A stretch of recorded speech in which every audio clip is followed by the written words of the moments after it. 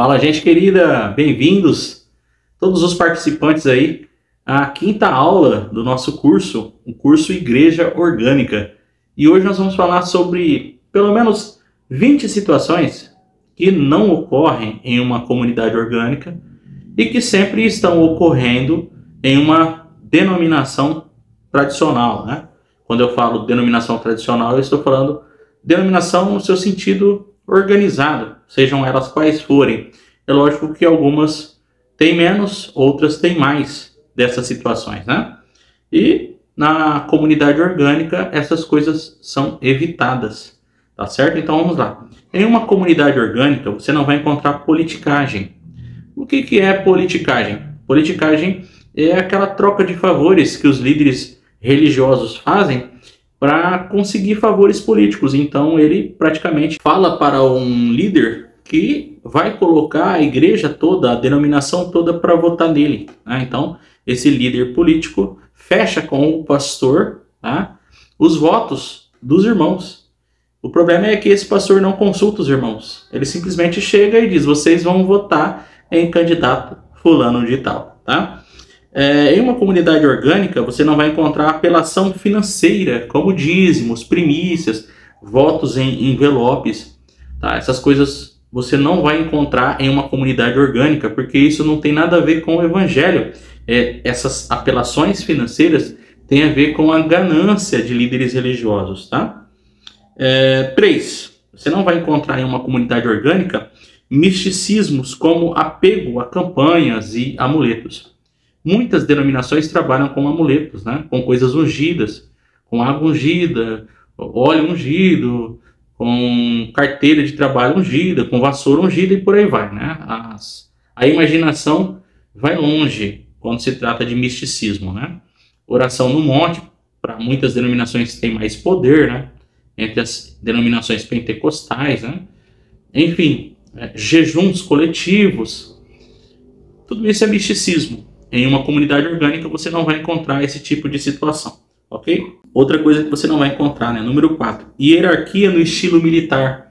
Aquelas hierarquias intermináveis, né? Membro, cooperador, diácono, presbítero, evangelista, pastor, pastor-presidente.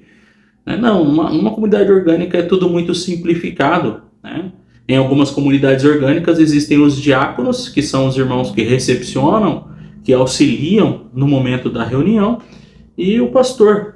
E em outras comunidades orgânicas, nem a figura do pastor existe, né? Existe ali um irmão mais experiente e às vezes ele nem é chamado de pastor, mas é o irmão responsável aí por cuidar, né, das questões relacionadas à pregação, ao ensino bíblico, ok? Em outras comunidades orgânicas, né, melhor dizendo, que exista um pastor, esse pastor ele não é um mandatário, né, como a gente vê nas instituições religiosas. Ele é aquele irmão mais experiente, geralmente eleito pela própria comunidade. Os próprios irmãos entram em um consenso que aquele irmão, ele, pela experiência dele, deve ser o pastor, e também não fica na função de forma vitalícia, né? Ele próprio pode se cansar e os irmãos não vão entender isso como um abandono de ministério, ou se ele tiver má conduta, os próprios irmãos podem tirá-lo, tá? Não existe o endeusamento do pastor. Então o pastor em uma comunidade orgânica, ele não tem culto de aniversário, né? Aqueles cultos de aniversário do pastor, isso não existe em uma comunidade orgânica. Ele não tem estacionamento privilegiado, certo? Ele não tem um tratamento diferente dos outros irmãos. Número 6. Cultos shows ou cultos espetáculos, né? Aqueles cultos em que existem, na verdade, uma estrutura de show, onde as estrelas, né, aparecem ali, cantores, pregadores, que às vezes cobram cachês exorbitantes para se apresentarem ali. É uma performance.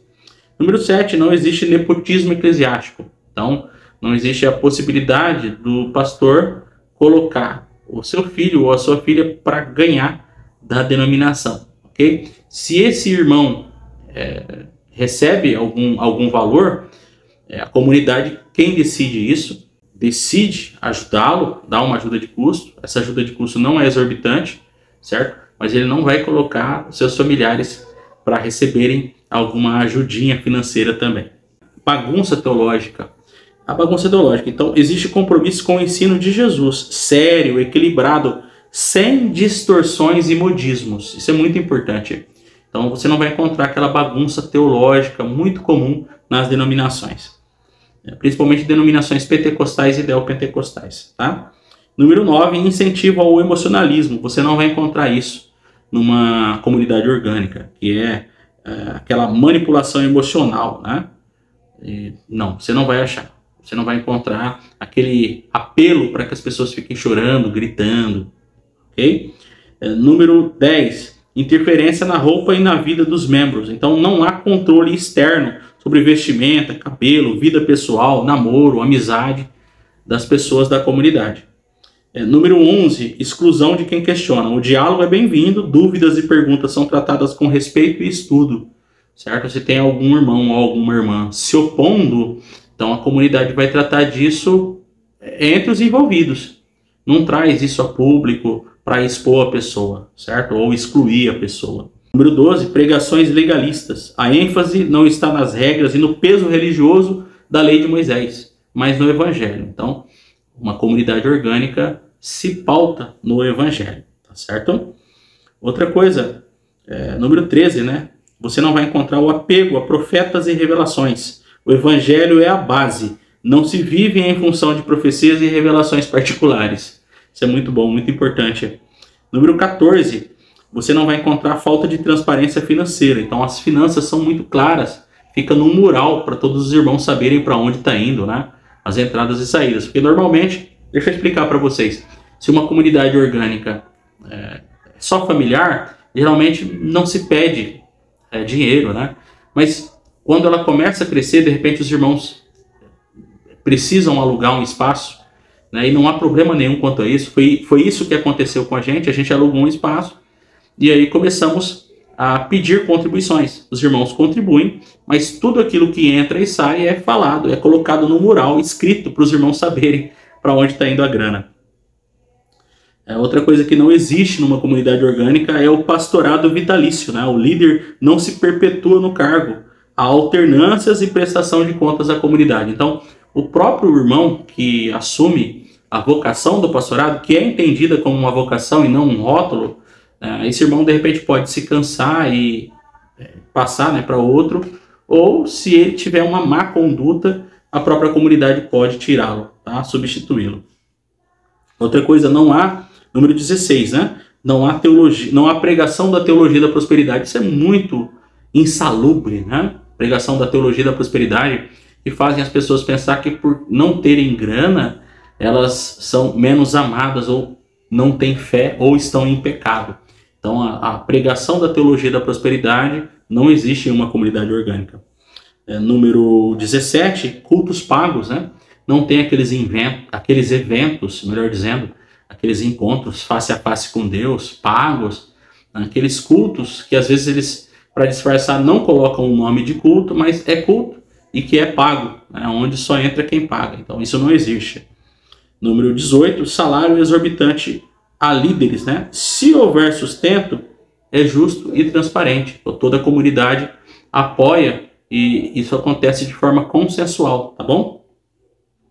Número 19, pressão por multiplicação. O crescimento, se houver, não é forçado. E se uma comunidade cristã orgânica, de repente, para de existir, né?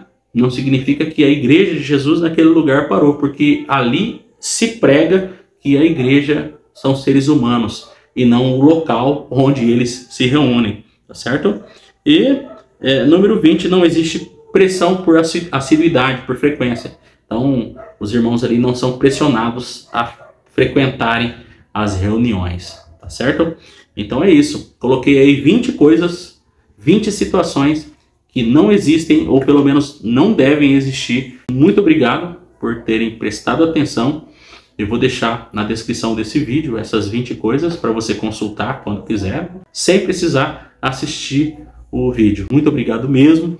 Vamos em frente e até a próxima aula.